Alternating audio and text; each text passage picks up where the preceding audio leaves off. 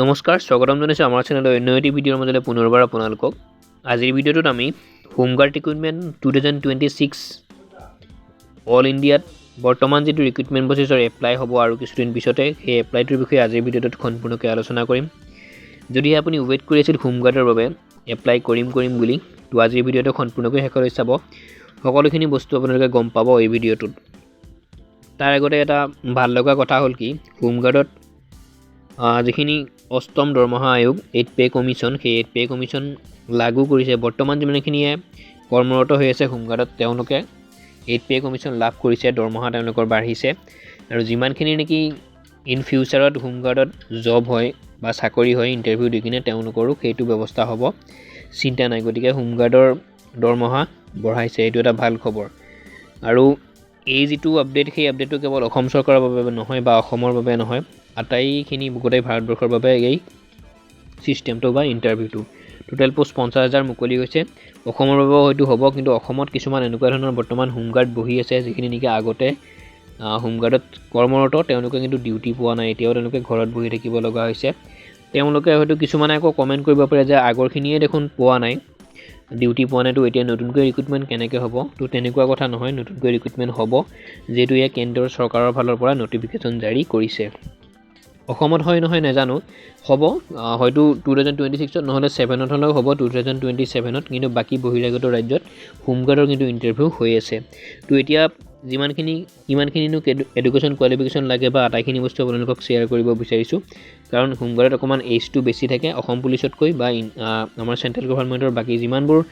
চৰকাৰী জব আছে তাতকৈ হোমগাৰ্ডত অকণমান এইজটো বেছি দিয়ে তো সকলোৱে এপ্লাই কৰিব পাৰে গতিকে আপোনালোকে ভিডিঅ'টো সম্পূৰ্ণকৈ শেষলৈ চাব যদিহে ইলিজিবল আপোনালোকে তেতিয়া এপ্লাই কৰিব পাৰিব এডুকেশ্যন কোৱালিফিকেশ্যন যদিহে আপুনি গাঁৱৰ পৰা বাস কৰিছে 8 পাছ কৰিলেও হ'ব 7 পাছ কৰিলেও হ'ব যদি আপুনি চহৰৰ পৰা টাউনৰ পৰা বসবাস কৰিছে বা তাৰ পৰা ইণ্টাৰভিউ দিম বুলি ভাবিছে তেতিয়াহ'লে কিন্তু আপুনি 10 পাছ কৰিব লাগিব ঠিক আছে গাঁৱৰখিনিয়ে 7 পাছ কৰিলেও হ'ব টাউনৰখিনিয়ে কিন্তু 10 পাছ কৰিব লাগিব তেতিয়াহে এপ্লাই কৰিব পাৰিব সিলেকশ্যন প্ৰচেছৰ কথা কিন্তু ৰানিং হ'ব পোনপ্ৰথমতে অকণমান পিছত আপোনালোকক কৈ আছোঁ আটাইখিনি কম এইজ 18 পৰা 40 বছৰ উইথ ৰিলেক্সেশ্যন আপোনালোকৰ থাকিব জেনেৰেলখিনিৰ বাবে 18 পৰা 40 OBC বাবে 3 বছৰ TLS বছৰলৈ পাব SC ST বাবে 5 বছৰ 45 বছৰলৈ পাব ঠিক আছে তো বয়সৰ সময়সীমা সেইটো কাৰণে বেছি আপোনালোকৰ বয়স হয়তো থাকিবই তো এপ্লাই কৰি ল'ব পাৰিব গাঁৱত বাস কৰাখিনিয়েতো 7 পাছৰ পৰা এপ্লাই কৰিব পাৰিব আৰু টাউনত বাস কৰাখিনিয়ে 10 পাছৰ পৰা এপ্লাই কৰিব পাৰিব এতিয়া আছে সিলেকশ্যন প্ৰচেছ পোনপ্ৰথমতে আপোনাৰ PMT PST physical efficiency test হ'ব ফিজিকেল ষ্টেণ্ডাৰ্ড টেষ্ট হ'ব জোখমাখ আপোনালোকৰ কেনেকুৱা লাগে কিমান ৰানিং কৰিব লাগে কিমান ক'ত কি কৰিব লাগে ভিডিঅ'টোৰ অকণমান পিছতে আপোনালোকক কৈ আছোঁ চিন্তা কৰিব নালাগে তাৰ নেক্সটত ৰিটেন এক্সাম হ'ব আপোনালোকৰ লিখিত পৰীক্ষাও হ'ব অসম পুলিচৰ দৰে একেই ডকুমেণ্ট ভেৰিফিকেশ্যন হ'ব তাৰপিছত মেডিকেল টেষ্ট হ'ব তাৰপিছত আপোনালোকৰ সিলেকশ্যন প্ৰচেছ আটাইখিনি বস্তু অসম পুলিচৰ নিচিনাই তাত বৰ বিশেষ একো পাৰ্থক্য হয়তো নাথাকিব এতিয়া PSTত ফিজিকেল ষ্টেণ্ডাৰ্ড টেষ্টত আপোনালোকৰ কেনেকুৱা ধৰণৰ জোখমাখ হ'ব সেই বস্তুখিনি মই কৈ দিব বিচাৰিছোঁ কাৰণ বহুতৰে চিন্তা অসম পুলিচত বিশেষকৈ হাইটত বহুত ল'ৰা বা ছোৱালীক কেঞ্চেল হয় কেটেগৰী জেনেৰেল কেটেগৰী যিখিনি মেল আছে তেওঁলোকৰ হাইট বিচাৰিছে 167ৰ পৰা 168 চেণ্টিমিটাৰ জেনেৰেল কেটেগৰী যিমানখিনি পুৰুষ আছে তেওঁলোকৰ 167 পৰা 168 ভিতৰত তেওঁলোকৰ হাইট হ'ব লাগিব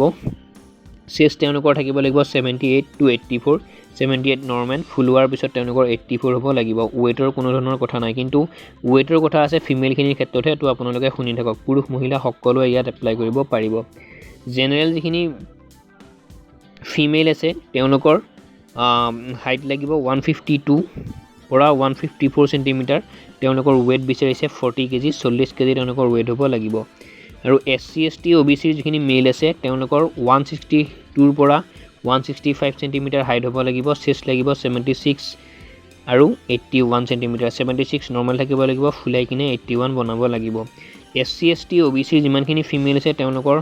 হাইট হ'ব লাগিব 150 পৰা 152 চেণ্টিমিটাৰ লগতে ৱেট অৰ্থাৎ ওজন তেওঁলোকৰ 40 কেজি থাকিব লাগিব 40 কেজি এইখিনি আছিল PST ফিজিকেল ষ্টেণ্ডাৰ্ড টেষ্ট আৰু PET ফিজিকেল ইফিচিয়েঞ্চি টেষ্টত মেলসকলৰ ৰানিং হ'ব 4.8 কিলোমিটাৰ তেওঁলোকৰ 25ৰ পৰা 28 মিনিট টাইম পাব অৰ্থাৎ 25ৰ পৰা 28 মিনিট সময় পাব এইবোৰ সহজ হয় চিন্তা কৰিব নালাগে ডকুমেণ্টখিনি ক'ত কি লাগে মই আপোনালোকক কৈ আছোঁ সেইখিনি মুঠতে ৰেডি কৰি থওক এপ্লাই কৰিবৰ বাবে ফিমেলৰ ৰানিং হ'ব 2.4 কিলোমিটাৰ 14 পৰা 16 মিনিট সময় পাব কোনো ধৰণৰ চিন্তা নাই আৰামছে পাছ কৰিব পাৰিব ধুনীয়াকৈ অকণমান এতিয়াৰ পৰা প্ৰেক্টিছ কৰি থাকক কিন্তু এটা সমস্যা হৈছে অসমত আগৰ যিমানখিনি হোমগাৰ্ডৰ ব্যক্তি আছে তেওঁলোককে এতিয়ালৈকে কাম দিব পৰা নাই তো নতুনকৈ ৰিক্ৰুটমেণ্ট হোৱা কিছু টান আছে যদিও আপোনালোকে প্ৰিপাৰেশ্যন কৰি থাকক বাহিৰা ৰাজ্যসমূহত কিন্তু নতুনকৈ হোমগাৰ্ডত চাকৰি লৈ আছে বা দি আছে এতিয়া আছে ডকুমেণ্টৰ ফালে কাৰণ বহুতৰ এনেকুৱা ডকুমেণ্ট নাথাকে আধাৰ কাৰ্ড লাগিব পোনপ্ৰথমতে আপোনালোকৰ তাৰপিছত 10 পাছ চাৰ্টিফিকেট মাৰ্কশ্বিট আপোনালোকৰ লাগিব ৰেজিষ্টাৰ্ড মোবাইল নম্বৰ লাগিব ইমেইল আইডি লাগিব পাছপোৰ্ট সাইজৰ ফটো লাগিব সিগনেচাৰ লাগিব আৰু কাষ্ট চাৰ্টিফিকেট লগতে এইজ প্ৰুফৰ বাবে এখন আপোনালোকৰ চাৰ্টিফিকেট লাগিব এইজ প্ৰুফৰ চাৰ্টিফিকেটখন হৈছে আপোনালোকৰ মেট্ৰিকৰ যিখন এডমিট সেইখনেই যথেষ্ট সেইখন দিলে আকৌ কৈ দিছোঁ মই যিখিনি আপোনাৰ ডকুমেণ্ট আছে ইম্পৰ্টেণ্ট তেতিয়াহে ৰেডি কৰিব পাৰিব আধাৰ কাৰ্ড লাগিব 10 পাছ চাৰ্টিফিকেটখিনি লাগিব with marksheet registered mobile number আপোনালোকৰ লাগিব যেটো বৰ্তমান আপোনালোকৰ লগত থাকে বা ৰেজিষ্টাৰ হৈ আছে ইমেইল আইডি এটা লাগিব পাছপোৰ্ট সাইজৰ ফটো লাগিব আৰু সিগনেচাৰটো লাগিব লগতে কাষ্ট চাৰ্টিফিকেট আৰু এইজ প্ৰুফ এইখিনি বস্তু আপোনালোকৰ লাগিব এইখিনি ৰেডি কৰি থৈ দিব যদি এপ্লাই কৰে আৰু কোনখন ডিস্ট্ৰিক্টৰ পৰা ভিডিঅ' চাই আছে মই আকৌ সদায় কওঁ সেই বস্তুটো জনাবলৈ নাপাহৰিব যোনখন ডিস্ট্ৰিক্টৰে সোনকালে আপডেট আহে আপোনালোকক মই নিশ্চিতভাৱে জনাই দিম ভিডিঅ' কৰে তো সোনকালে পাবলৈ হ'লে চেনেলটোৰ লগত জড়িত হৈ থাকিব চেনেলটি সাবস্ক্ৰাইব কৰিব লাগিব এক্সাম প্যাটাৰ্ণটো কৈ দিম চিন্তা কৰিব নালাগে এক্সাম মোড আপোনালোকৰ অফলাইন হ'ব ওএমআৰ বেছত এক্সাম হ'ব তাত কোনো ধৰণৰ নেগেটিভ মাৰ্ক নাথাকে যিকোনো ধৰণে আপোনালোকে টুক্কা মাৰি হ'লেও পাছ কৰিব পাৰিব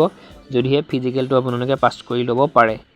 তাৰ নেক্সট কুৱেশ্যন টাইপ অবজেক্টিভ হ'ব এমচিকিউ ল্যাঙ্গুৱেজ ভাষাটো থাকিব হিন্দী আৰু ইংলিছত অসমীয়াটো দিব কোনো ধৰণৰ চিন্তা নাই অসমত অসমীয়া হ'বই হিন্দী ইংলিছত ইয়াত উল্লেখ আছে নটিছত কাৰণ এখন একদম চেণ্ট্ৰেলৰ পৰা অহা নটিছ আৰু অসমৰ কাৰণে অসমীয়া ভাষাটো থাকিব চিন্তা কৰিব নালাগে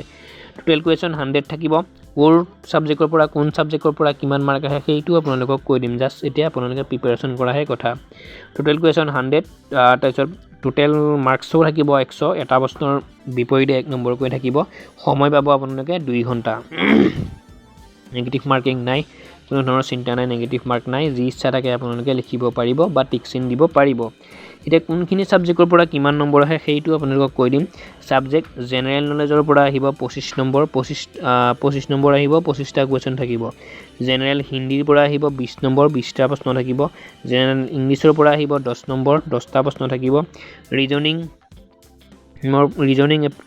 এবিলিটিৰ পৰা আহিব 20 নম্বৰ আপোনালোকৰ 20টা কুৱেশ্যন থাকিব তাৰপিছত নিউমেৰিকেল মেথছ আৰু হেতু 15 নম্বৰ থাকিব তাত থাকিব 15টা প্ৰশ্ন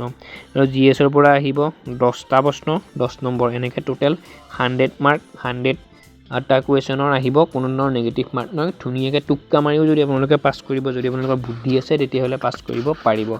তো ইমানেই আছিল অসমৰ বাহিৰে বাহিৰাগত ৰাজ্যখিনিত কিন্তু বাহিৰা ৰাজ্যখিনিত হোমগাৰ্ড নতুন ৰিক্ৰুটমেণ্ট হৈ আছে ল'ৰা ছোৱালী লৈ আছে তাত সম্পূৰ্ণকৈ ইণ্টাৰভিউ চলি আছে কিন্তু অসমত এটা প্ৰব্লেম হৈ আছে পুৰণা যিমানখিনি হোমগাৰ্ড আছে তেওঁলোকক দিব পৰা নাই ডিউটি সেইটো কাৰণে অকণমান লেট হৈ আছে যদিহে তেওঁলোকৰ এইজৰ ফালৰ পৰাও তেওঁলোকে ডিউটি মাৰিব নোৱাৰা হৈ যায় তেতিয়াহ'লে হয়তো 2 দিনৰ পিছতেই বা 2-1 মাহ পিছতেই অসমতো হোমগাৰ্ডৰ নতুন ইণ্টাৰভিউ হ'ব কিন্তু মই যিমানখিনি বস্তু কৈছোঁ সেইখিনি বস্তু তাত ইনক্লুড থাকিব সেইখিনিৰ ভিতৰতহে আপোনালোকৰ ইণ্টাৰভিউ হ'ব যেনে মই চিলেবাছটো কৈ দিলোঁ ক'ৰ পৰা কিমান নম্বৰ আহিব কৈ দিলোঁ ৰানিং কিমান কৰিব লাগে ক'লোঁ জোখমাখ কিমান লাগে ক'লোঁ ডকুমেণ্ট কি লাগে ক'লোঁ সেই বস্তুখিনি থাকিব লাগিব তেতিয়াহে আপোনালোকে আবেদন কৰিব পাৰিব তো সম্পূৰ্ণ ভিডিঅ'টো ইমানেই আছিল এনেধৰণৰ